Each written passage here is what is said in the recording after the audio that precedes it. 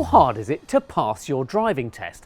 How about if you chose to do it at the test centre with the lowest passing rate in the whole of the UK and chose to do it in the most extreme car possible?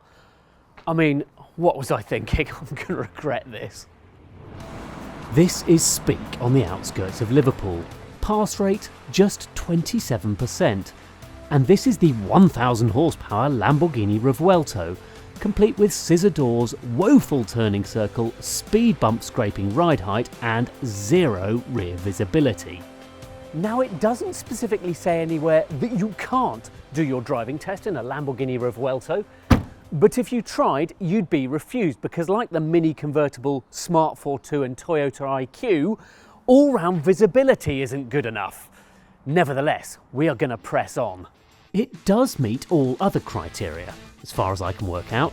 There are no warning lights showing, I've got more than 1.6mm of tread, I've fitted an extra interior mirror for what it's worth, checked passenger seatbelt and headrest, established that the Revuelto is capable of more than 62 miles an hour, and attached L plates, and a roof thing. All I need now is a driving examiner. This is instructor Aman Sangira, whose Clearview driving social channels have over 1 million followers. Okay, man, I don't mind admitting that I'm stressed as hell about this. I've been bricking it for days. Where do we start? What's first? So the first thing we're going to do is I'd like you to read a registration, and it's going to be that black car across from here. It's about 20.5 metres away. That's important, that 0.5, clearly. KY66GCO. Thank you, that's fine. Good news.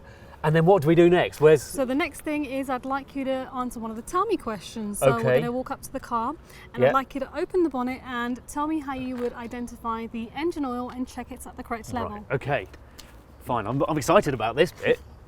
I've got to open the bonnet.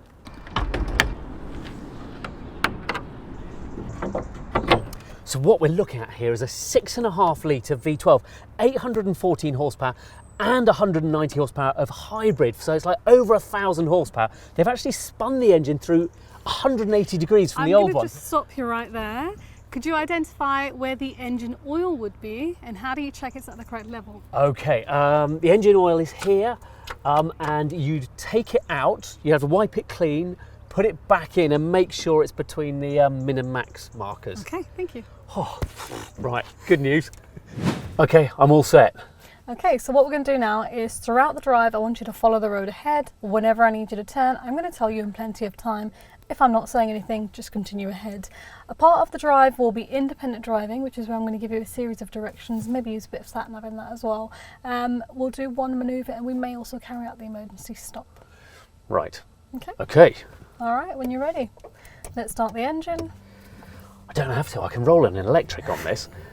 Right. And drive when you're ready. Okay.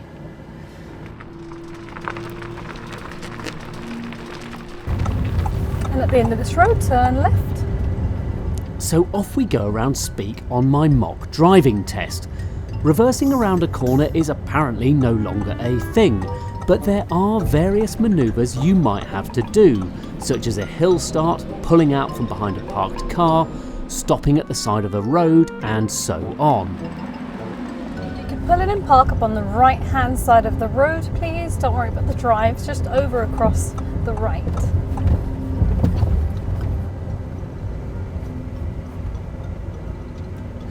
Don't curb a wheel, don't curb a wheel. There we go. So what I'd like you to do now is to reverse back for about 2 car lengths, keeping a reasonable distance from the pavement and try not to touch the curb as you carry out this exercise. Okay, right.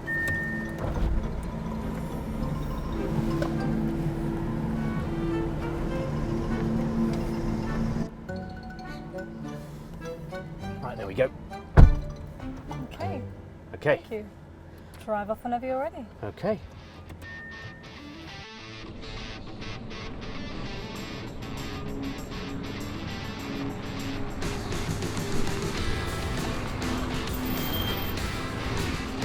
Having completed that reverse with my alloy wheels unscathed, and no, reversing with the door open is not an automatic fail, we carried on negotiating junctions, speed bumps, narrow streets, shopping areas and industrial estates until it was time for the emergency stop. And if you could just pull in and park up on the left, just after this junction. Single yellow line's okay on this occasion.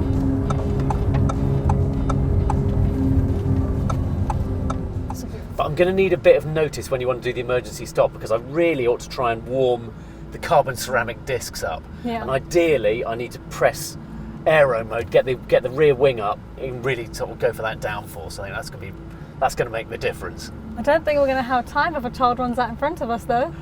No, that's the point. So I'm assuming I'm allowed to conduct my own emergency stop if something like that happens.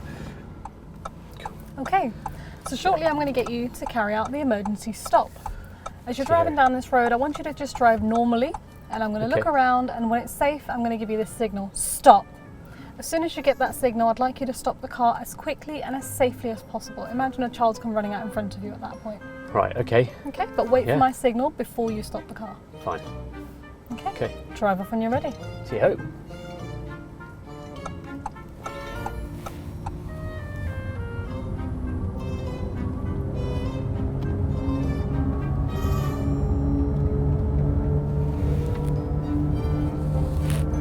Stop. Thank you. I'm not going to get you to do that again. Drive off when you're ready. It would do that again. We could probably do that quite a lot of times. What makes Speak so difficult for learners?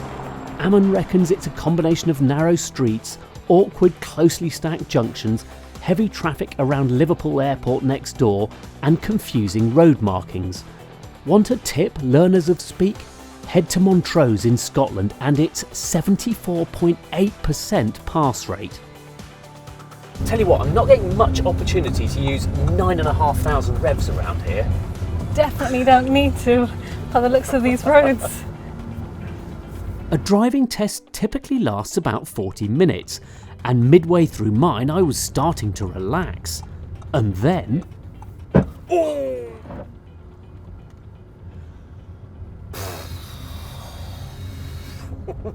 Is it going to do the same thing with all of them? Yeah, nose lift is now going up. Okay. Being engaged. Okay, when it's safe to do so, I'd like you to demonstrate how you would demist the rear windscreen. I'm really sorry, this car doesn't have a rear demist. See, the windscreen's tiny. Okay, could you demonstrate how you would wash the front windscreen? I can. I press this button here. Okay, thank you. Okay. I'd done well to find that button, given there are 4 rotary control knobs and 16 buttons on the steering wheel, plus another dozen or so on the back. Makes it very easy to press something by mistake while shuffling the wheel.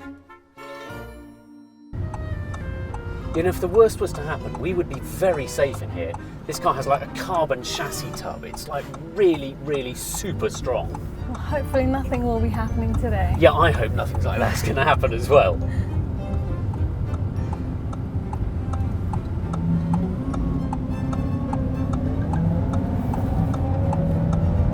Okay, we're just going to follow it slowly round and then turn left in here. And we're just going to do a bit of bay parking.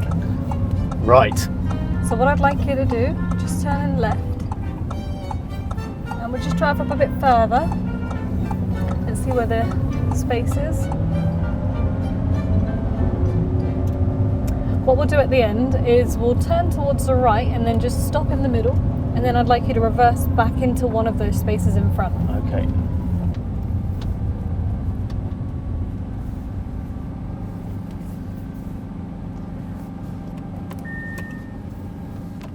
You're allowed to use parking sensors, I assume you are. Yeah, in addition. In addition, yeah.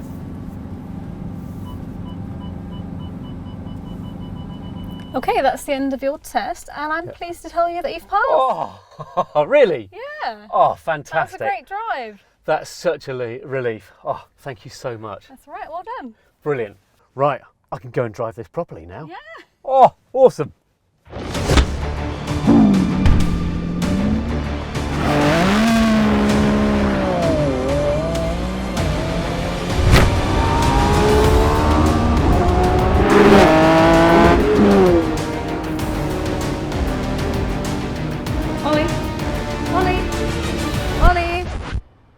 sorry, but you failed.